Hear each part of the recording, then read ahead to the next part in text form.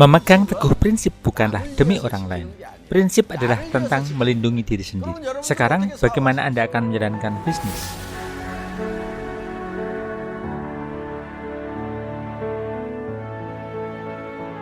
Apakah menjadi kaya adalah tujuan akhir kesuksesan? Ada hal lain dalam hidup selain uang. Dari pengalaman saya, memiliki rumah besar tidak selalu berarti hal yang baik. Pada kenyataannya, mobil mahal tidak menjamin bahwa mobil itu sepadan dengan harganya. Menurut pendapat saya, seseorang tidak membutuhkan begitu banyak uang untuk bertahan hidup.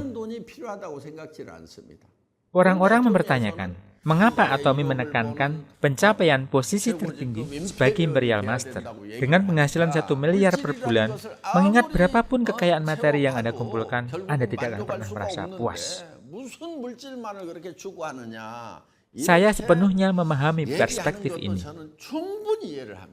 Namun, membantu anggota keluarga, sanak saudara, dan teman yang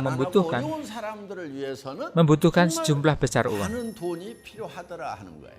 Saya secara pribadi mensponsori 1.000 anak menggunakan gaji bulanan saya.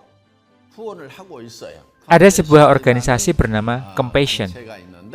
Saya mengirimkan 500 juta kepada 1.000 anak melalui organisasi itu, yang setara dengan 500.000 per anak per bulan. Dana tersebut memungkinkan seorang anak untuk mendapatkan makanan cukup setiap hari dan memiliki kesempatan untuk pendidikan dan belajar Alkitab.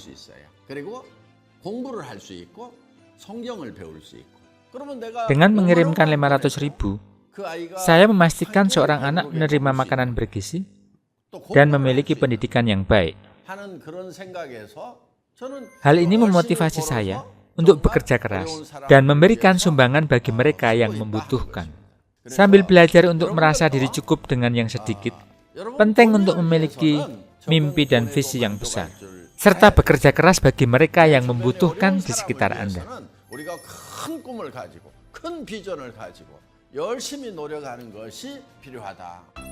Bagaimana dengan para pemimpin yang melanggar prinsip? Mereka yang mengabaikan prinsip seringkali mengalami kesulitan, sedangkan mereka yang memegangnya dengan teguh justru berkembang. Di Korea, kesuksesan hanya diraih oleh individu dan perusahaan yang mematuhi prinsip. Perusahaan dan individu yang tidak mematuhi prinsip mungkin meraih kesuksesan jangka pendek, tetapi pada akhirnya mereka sering menghadapi kegagalan. Bagaimana Samsung Electronics dan LG Electronics menjadi perusahaan terkemuka di Korea dan korporasi global? Keduanya berpegang teguh pada prinsip mereka.